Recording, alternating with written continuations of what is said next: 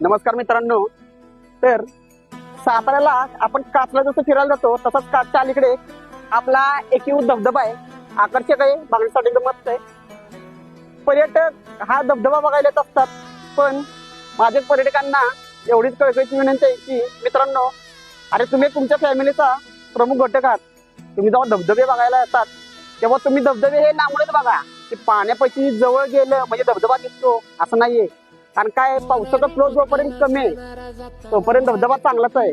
पण अरे तुम्ही सगळे त्या धबधब्याच्या पायथ्याला तुम्ही जाताय आणि तिथं तुम्ही त्या पाण्यात जाण्याचा आनंद घेताय.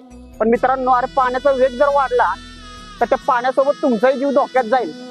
आपण आपला नाही तर आपल्या घरातल्या मुलांचा, बायकांचा, सर्वांचा विचार करा आणि पर्यटन बघायला या.